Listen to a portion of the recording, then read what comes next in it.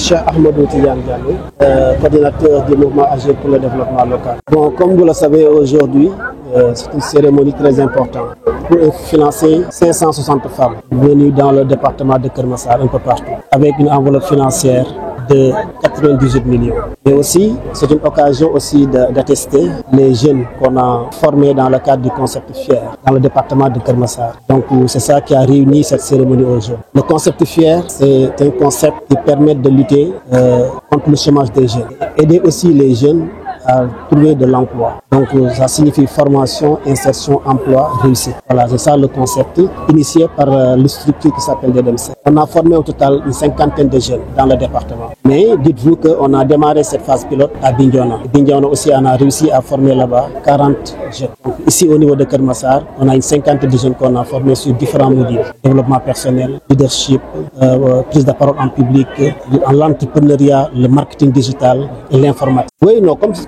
on vient de démarrer ce programme, il faut aller de pas à pas. On a fait ça au niveau de Bignona. Aujourd'hui, on a fait pour le département. Maintenant, on est en train de voir comment travailler avec les collectivités territoriales. Chaque commune, on peut lancer là-bas un programme de formation dans le cadre de ce concept. Bien sûr, comme vous le savez, parce que aussi, tu sais nettement qu'il y a un problème de l'emploi au niveau du Sénégal. Ça, on ne disconvient pas. Beaucoup de jeunes ont perdu l'espoir. Donc, à travers ce concept, on sait qu'Inch'Allah, ça peut remettre l'espoir pour pouvoir quand même booster leur emploi. Bon, juste de les demander de venir accompagner ces gens. Parce que dites-vous que s'il n'y avait pas ces professeurs très déterminés, engagés, qui ont venu accompagner ce projet, on ne va pas avoir ce résultat. Donc tout ce qu'on a fait, on le fait de manière bénévole. Donc c'est notre propre moyen qu'on a utilisé pour faire ça. Donc je pense qu'on demande à l'autorité de soutenir ces initiatives. Aujourd'hui, avec la présence de l'honorable député et la soirée, c'est qu'il peut porter la voix pour pouvoir quand même nous aider à accompagner. Oui, dans le cadre de l'autonomisation des femmes, on fait des formations sur l'éducation financière, mais aussi de trouver des partenaires financiers comme la banque UIMSEC, de les accompagner pour pouvoir quand même avoir des fonds de roulement, renforcer leur petit commerce. Voilà, donc c'est dans ce sens. Il y a 560 femmes qui ont bénéficié. L'objectif, pour l'instant, on va aller de pas à pas. Aujourd'hui, on est à 560, mais on peut aller même jusqu'à 10 000 femmes dans le département. Ça, c'est possible. Waaw, comme ni nga ko xamee tey ndaje bi dafa lu ko sabab mooy gunge ay jigéen gunge ay femmes yoo xam ne dañuy nekk ci yëngu ci wàllu petit commerce. waaye tam au-delà de ça amoon ay ndaw yoo xam ne tamit dañ leen jotoon tàggat ci wàllu formation ci benn concept bu ñu wax FIER. donc ci loolu moo waral ñu def ndaje bi pour ñooñu ñu mën leen jox seen attestation waaye jigéen ñi tamit mën a bénéficier wu ci financement yi nga xam ne prévoir nañ ko. bon jigéen ñi ñu jot a financé tey boo xoolee doon toll ci 560 enveloppe financier bi toll ci 98 millions. ñu réussir ko aussi si suñu dimbalu partenaire bu ñu wax UIMSEC. donc loolu mooy li nga xam ne mooy sax. waaw FIER comme ni nga ko déggee dafa jóg pour xeex lépp loo xam ne chômage des jeunes la. jóg aussi pour dimbali ndaw ñi ñu am dara parce que dañu jàpp ne balaa ngay jox nit ki liggéey fokk nga jéem ko jox ci bopp xam-xam. moo tax ñu jël programme bi jiital formation bu ñu jógee ci formation nag ñu trouver des stratégies pour insérer leen ñu am emploi te objectif final yi mooy ñu réussir loolu moo tax ñu tuddee ko FIER mi formation insertion emploi réussite. yàlla dogal ñu tàmbali woon phase pilote bi à Bignona formé fa lu tolloog 35 jeunes ñu ñëw nag Keur Massar nekk suñ deuxième partie foofu tamit ñu formé fa plus de 50 jeunes tey nag ñu doon am occasion pour jébbal leen li nga xam ne moom mooy attestation yu ñu am. waaye ginnaaw loolu tamit dañuy fexe lëkkale leen institution financière yi comme ça ku ci am projet boo xam ne bu bancable la ñu mën leen financer ñu mën a dérouler seen programme dérouler seen formation parce que tey entrepreneuriat rek moo mën a ñëw pour jàppale ndaw ñi ñu mën a am dara am liggéey. ci lu wér loolu moom ñëpp teg nañ ci seen bët boo gisee xale yi ñu bëri léegi dañoo xaw a perdre espoir te am nañ yaakaar ni concept bi mën na tax nit ñi amaat yaakaar gëm ni aussi réussite mi ngi fi am ci lu wér moo tax di leen di woo tamit foofu lañ leen di woowee parce que tey boo xoolee programme bi lépp ñu ko taxawal ba ni mu ko defee bénévolement lañ ko defee am ay volonté ñoo ñëw joxe seen lépp pour mën a jàpp affaire mën a jàll. donc ñooñu nag bu dul woon ñoom dara du baax mais tey jàpp naa ne ci teewaayu honorable député mën na porter suñu voix ci haute autorité yi ba genre concept yi mel ni ñu di ko jàpp di ko soutenir parce que gëm naa ne loolu mën nañu dimbali. bon maa ngi tudd Cheikh Lay bokk ci concept FIER bokkoon ci ndaw ñi nga xam ne ñoom lañ sélectionné woon fii ci formation bi ñu amal fii ci Jaxaay. waaw formation boobu macha allah ñu ngi sant yàlla bu baax parce que dama wax ne tey jii bu fekkee da nga bëgg jàppale say ndaw mën nañu wax ne ci ni mu gën a gaaw moo nga jaarale ko ci tàggat ndaw ñi parce que li wala fi di wax rek li mag ñi di wax ni moom kaay ma jën kaay ma jàngal li ñu napp jën moo ko gën voilà donc kon formation nekk na loo xamante ni dina dimbali jeunesse bu baax a baax ba tey jii ñu mën a gën a xam fi ñu teg seen tànk voilà parce que xam-xam la te xam-xam mooy li mag ñi wax rek xam-xam mooy leer ci biir lëndëm voilà donc xam-xam mooy li nga xamante ni tey jii par exemple nit ki nga xam ne mi ngi dox ci lëndëm léegi xam-xam mooy leer gi nga xam ne moo ko leeral ba tax tey jii mu gis fi mu jaar voilà ba du am benn fakasal boo xamante ni moo koy fakasal ci yoonam waaw man formation mën a suivre nag bon mu ngi nekkoon entrepreneuriat ak li ma gënoon a yitteel nag moom mooy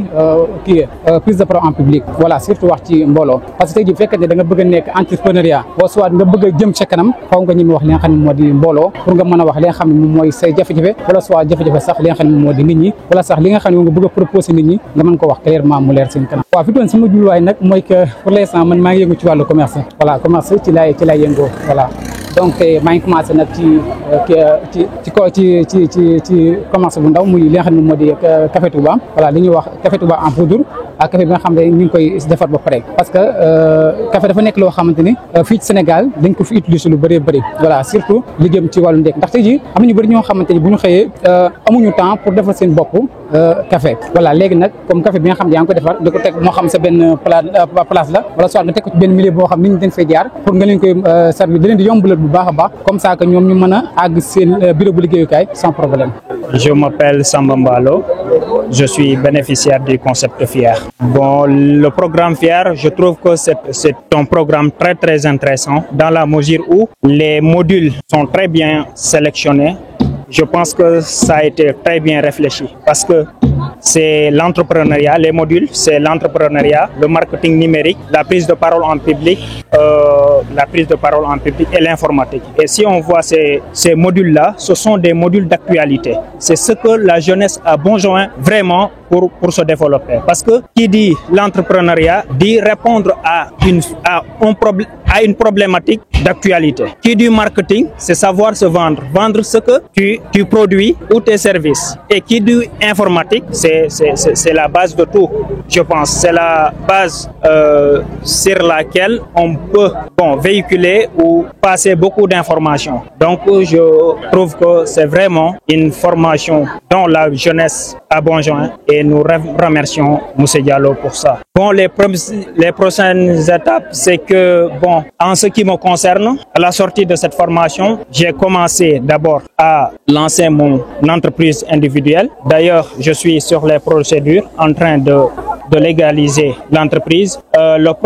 J'ai un projet sur l'agriculture que je vais lancer peut-être hors du Sénégal. Et j'ai aussi un autre projet sur le digital, sur les artistes. J'y travaille actuellement et je pense qu'avec le soutien, ça réussira, Inch'Allah. di gërëm Cheikh Tidiane Diallo mu nekk un grand entrepreneur. Affaire yi pratique la, affaire yi sur le terrain la te moom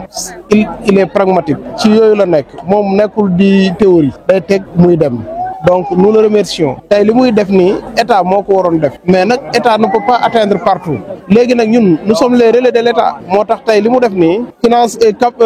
déjà mu jël ay jeunes jàngal leen prise de parole jàngal leen l'informatique ba pare jàngal leen entrepreneuriat. Je crois que defaral na leen base léegi li ci des ñoom mooy ñoom ci seen bopp ñu xam ne li ñu jàng dañ ko war a exécuter. C'est tout simplement ça jigéen ñi nga xamante ne financé na leen tey ku ci nekk da nga mën a am as tuut mën a daaj sa taabal jaay sa fondé toppatoo sa bopp et puis ak éducation financière bu mu ci bopp man daal le concept FIER j'en suis fier.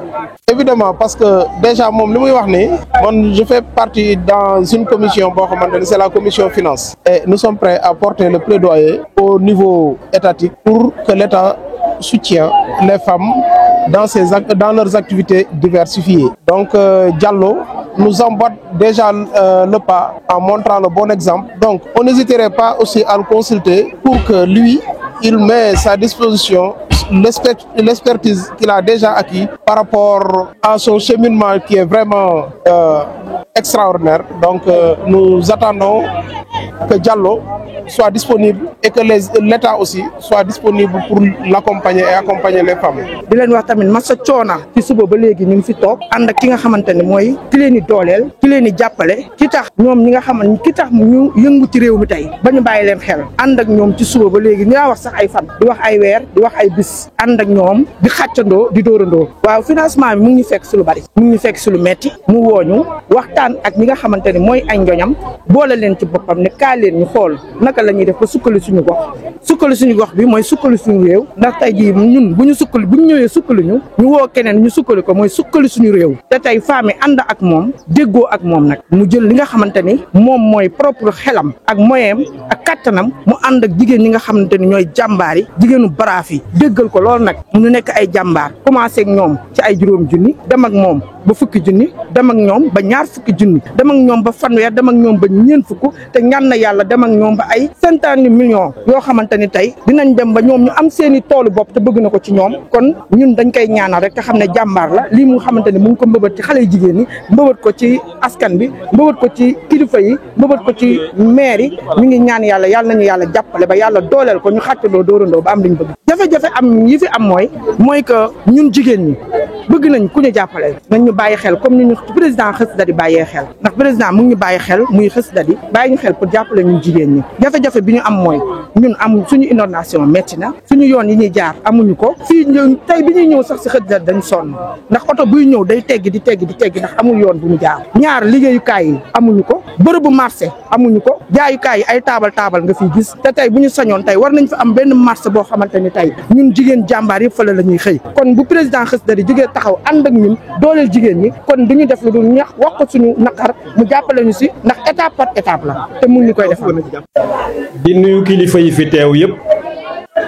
ku lim juum te naaj na ba noppi waaye dinañu tudd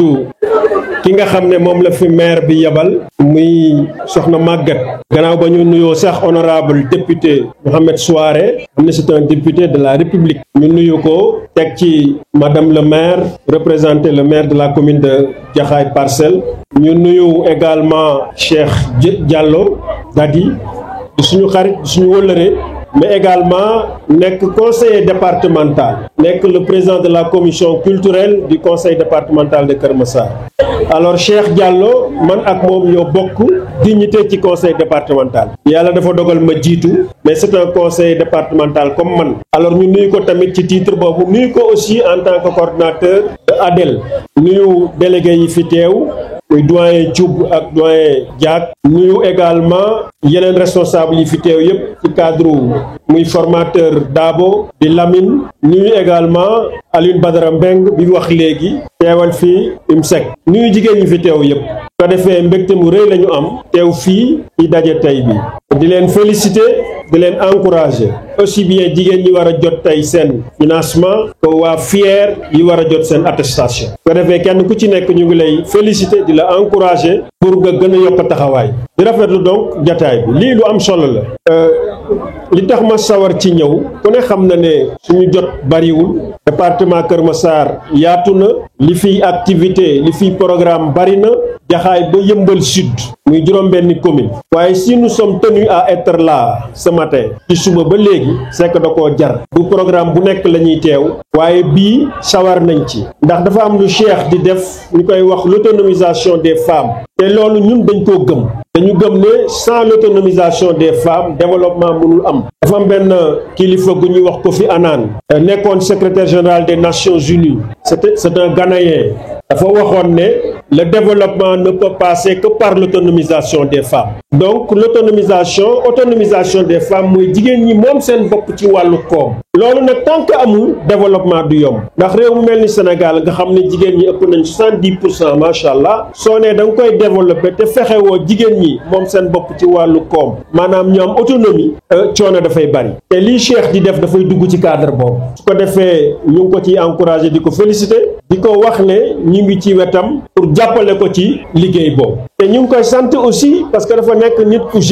générosité weesuwul nga gis lu baax woo sa mbokk sa moroom ne ko kaay ma dugal la ci lii ndax dafa jël Lamine Mbengue Alioune Badara Mbengue mii jiite chef d'agence nekk chef d'agence bi andi ko sama bureau présenté ma ko ne ma dama bëgg nga liggéey ak président ci cadre projet bi loolu nag générosité la mbaax la te ku baax mooy doxalee noonu te loolu moo tax ñun dañ koy seedee fii pour confirmer li ngeen wax ci moom ba ñu fi toogee ba léegi lépp dëgg la ko defee kon nañ koy ñaanal yàlla dimbali ko mu mottali yéeneem lii nii mu sumb ak yéen mu am ci ndam lu rëy yéen it li ngeen ci yaakaar yàlla defal leen ñun moom dañu leen di accompagner te loolu moo ñu war ko defee bëgg nañu bu baax ci invitation bi ndax mënoon ngeen ko def aussi te duñ ko yëg mais bu ngeen ñu invité c'est que da ngeen généreux encore une fois